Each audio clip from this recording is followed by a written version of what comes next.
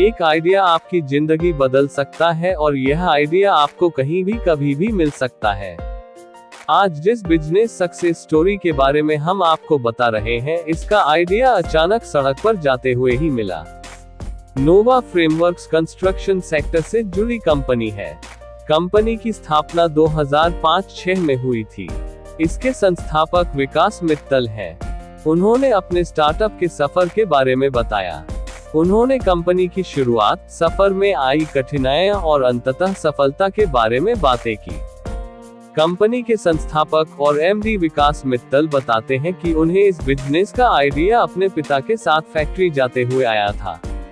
नोवा frameworks construction site पर shuttering मुहैया कराती है। जो लोग नहीं जानते हैं उन्हें बता दें कि शटरिंग किसी बिल्डिंग की कंस्ट्रक्शन का बुनियादी ढांचा होती है। बिल्डिंग बगैर शटरिंग के खड़ा किया जाना लगभग नामुमकिन होता है। मित्तल के मुताबिक, उन्होंने पाया कि खराब क्वालिटी की शटरिंग के कारण खराब बिल्ड क्वालिटी वाली इमारतें बन रही हैं। उन्होंने लकड़ी की जगह प्लास्टिक की शटरिंग के इस्तेमाल के बारे में सोचा। उनका मानना है कि प्लास्टिक की शटरिंग की लाइफ और क्षमता दोनों लकड़ी से बेहतर होती है। 2007 में उन्होंने 12 mm की मोटाई वाले प्लास्टिक बोर्ड बनाने शुरू कर दिए। बकौल मित्तल, इससे शुरुआती सफलता तो मिली लेकिन ये ज्यादा समय तक सफल नहीं हो पाया। प्लास्टिक को कुछ समय इस्तेमाल करने के बाद उसका ढांचा बिगड़ रहा था। इसके बाद उन्होंने प्लास्टिक बोर्ड को स्टील के फ्रेम से ढक दिया। विकास मित्तल बताते हैं कि शुरुआती सफलता के बाद जब प्लास्टिक की शटरिंग के साथ परेशानियां शुरू हुई तो ये काफी निराश करने वाला रहा।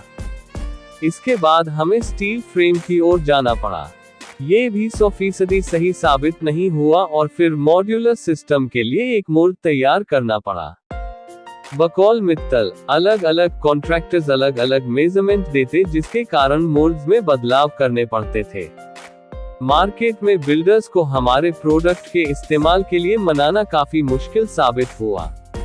उन्होंने कहा कि पारंपरिक उत्पादों की जगह प्लास्टिक की शटरिंग के इस्तेमाल के लिए लोगों को मनाना जब बहुत जटिल हो गया तो कंपनी छोटे कॉन्ट्रैक्टर्स से हटकर बड़ी कंस्ट्रक्शन कंपनियों जैसे L&T की ओर चली गई।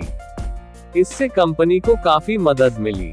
इसके बाद कंपनी ने अपना कस्टमर डाइवर्सिफाई किया जिससे कंपनी के सामने जो वित्त की समस्या आ रही थी वह कम हो गई। 150 करोड़ का लक्ष्य।